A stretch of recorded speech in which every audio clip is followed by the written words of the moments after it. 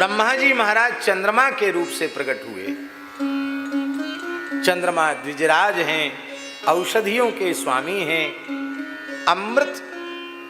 अमृतस्रावी हैं चंद्रमा, सबको आह्लाद देने वाले हैं। और भगवान शिव के अंश से महर्षि श्री दुर्वासा जी महाराज प्रकट हुए। दुर्वासा जी रुद्रावतार हैं, शिवावतार हैं। दुर्वासा जी को सब जानते हैं, और कोई महात्मा को जाने न जाने, दुर्वासा जी से सबका परिचय है। क्योंकि पुराणों की कथा में फट से श्राप दे देना ये दुर्वासा जी का काम। अब लोग मन में सोचते होंगे कि ब्राह्मणों को, संतों को तो क्षमाशील होना चाहिए, इतना क्रोध नहीं करना चाहिए। पर श्री दुर्वासा जी की छवि तो एक क्रोध करने वाले ऋषि के रूप में प्रसिद्ध है। उनका विशेषण है दुर्वासा जी का क्रोध भट्टारक मुनि। क्रोध भट्टारक मुनि है वो।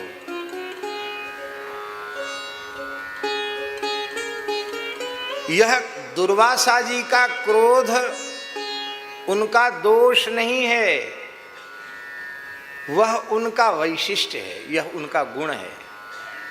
और भगवान के संकल्प से ही यह क्रोध उनके भीतर स्थित है। क्यों?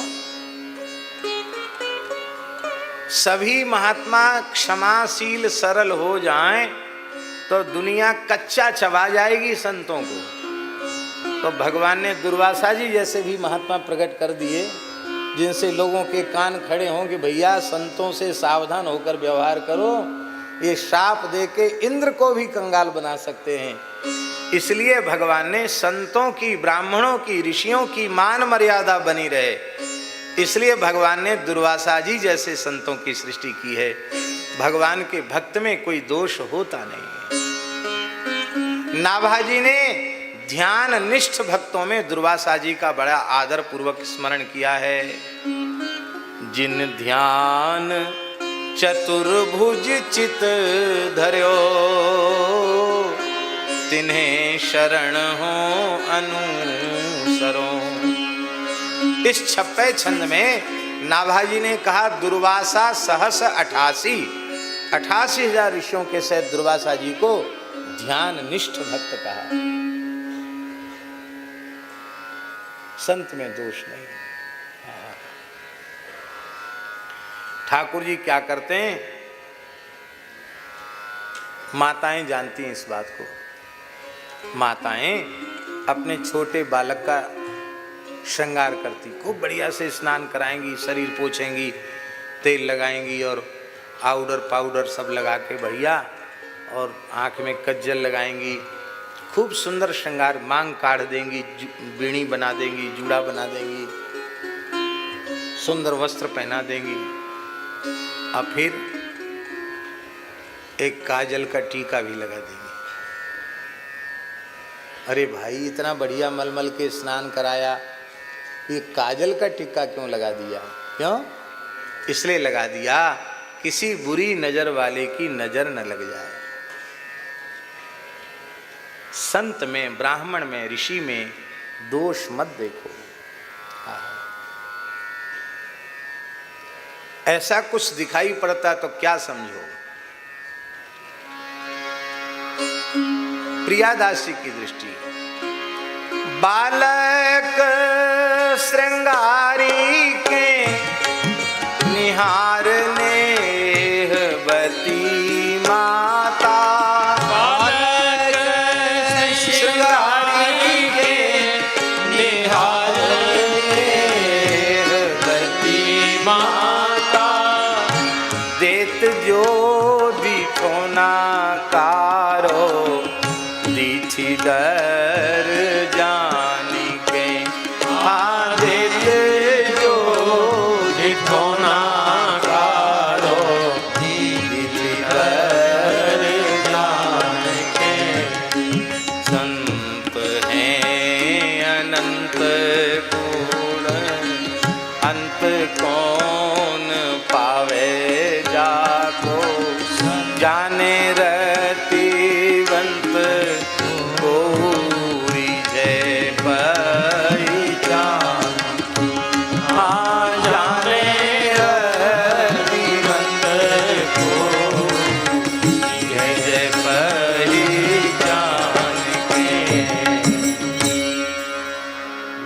स्वभाव वाले भगवान के भक्त होते हैं।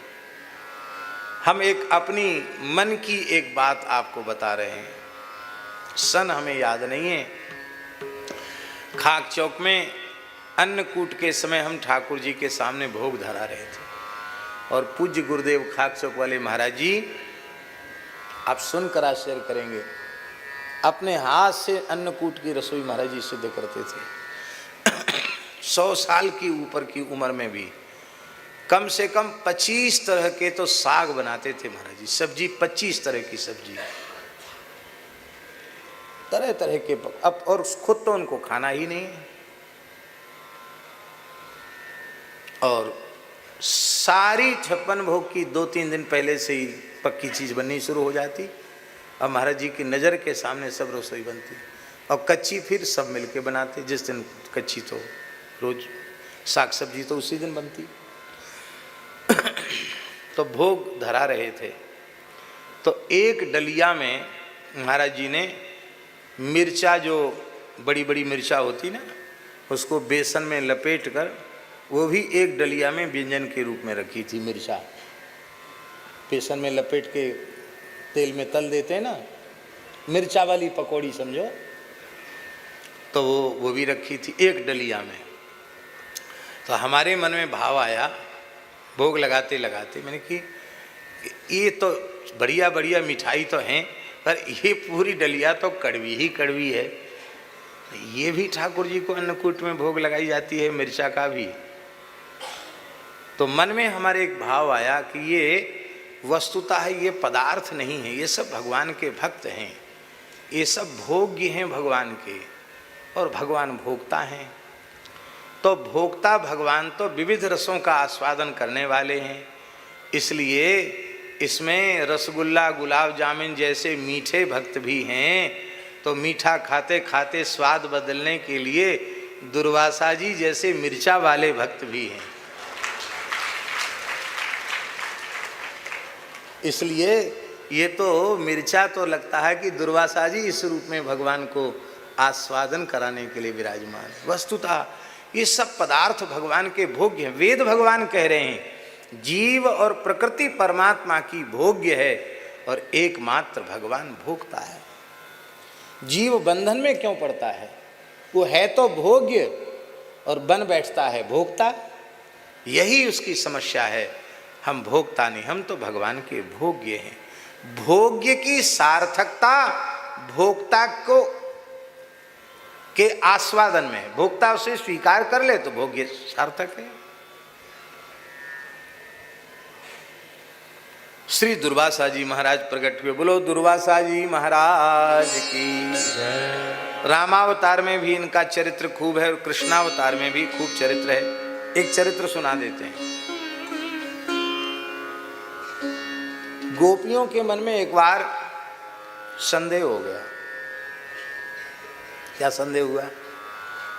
कि श्री कृष्ण योगेश्वर हैं, निर्विकार ब्रह्म हैं, बाल ब्रह्मचारी हैं।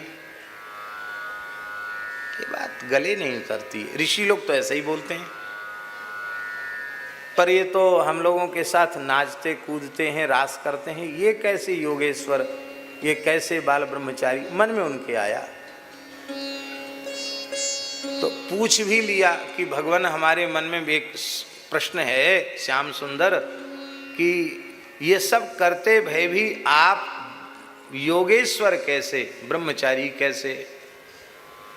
भगवान बोले इसका उत्तर हम पीछे देंगे, अभी हमको फुर्सत नहीं है, पहले हमारा एक काम कर दो। क्या काम? बोले हमारे गुरुजी आए हैं, जमुना पल्ली पार बैठे हैं। अभी भी जमुना जी के पल्ली पार में बट है पानी गांव के पास, जिसको दुर्वासा टीला कहते हैं, अभी भी बट है वहाँ, बड़ी प्यारी जगह है। बोले हमारे गुरुजी वहाँ बैठे हैं, उनका नाम है दुर्वासा जी, बहुत लंबा व्रत करके आए हैं वो, और उनको तुम लोग बढ़िया बढ़िया पकवान मिष्ठान बना के ले जाओ और उनको पवाओ। गोपियों ने कहा जो आ गया। खूब बढ़िया बढ़िया भक्ष्य भोज्य लेह्य चोष्य विविध प्रकार के व्यंजन बनाए और हजारों थालों में लेकर गोपियां चलीं। बोले महाराज अब तो संध्या हो गई, नौका की व्यवस्था है नहीं, जमुना जी में बहुत जल है, कैसे जाएंगी हम? कैसे जाएंगी, कोई बात है? जमुना जी से कह दो कि यदि श्री कृष्ण निर्विकार योगेश्वर बाल ब्रह्मचारी हैं, परब्रह्म हैं, तो यमुना जी मार्ग दें। ये कह दो जमुना जी से। गोपियों ने जैसे ही कहा, धारा 2 भागों में विभक्त हो गई, बीच में से रास्ता बन गया पगडंडी जैसा, और गोपियां उससे पार हो गईं। उनकी साड़ी के पल्ले का छोर भी नहीं गीला हुआ, पहुंच गईं।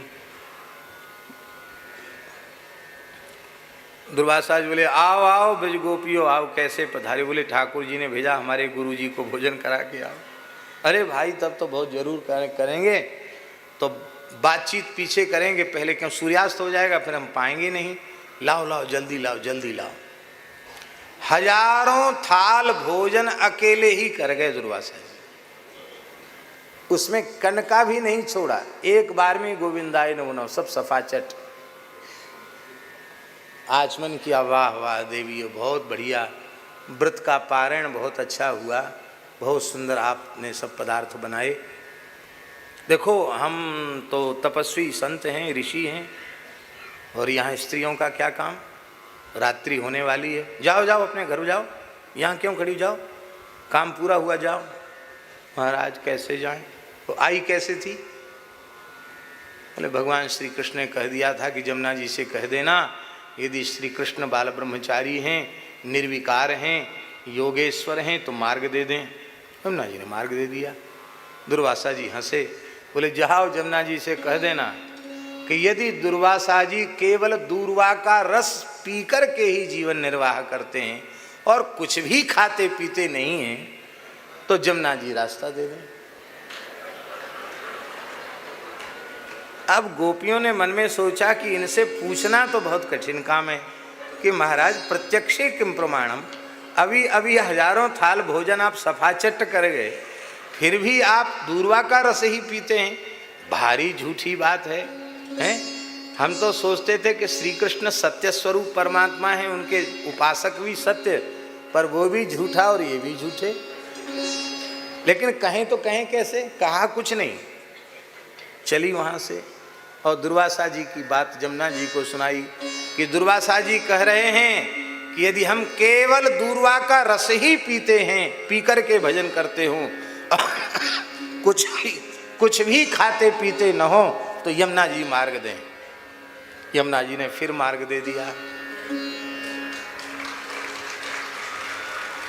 गोपियां बोली, भैया हमारे तो माथा गर्म हो गया, ना तो हम श्री कृष्ण को पहचान पाएं और ना हम दुर्वासा जी को, गुरु को भी नहीं पहचान पाएं और गुरु के चेला को भी नहीं पहचान पाएं। गोपियों ने कहा, भगवान अब तो बताओ। तब उन्होंने कहा, देखो देवियों, वस्तुतः मैं सर्वतंत्र स्वतंत्र कर्ता होते हुए भी अकर्ता हूं।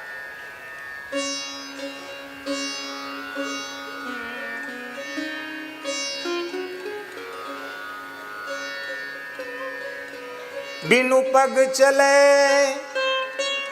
सुने बिनु काना, कर बिनु कर्म करे विधि नाना। आओ महाराज। आनन रहित सकल रस भोगी, बिनु बानी बक्ता बड़ जोगी।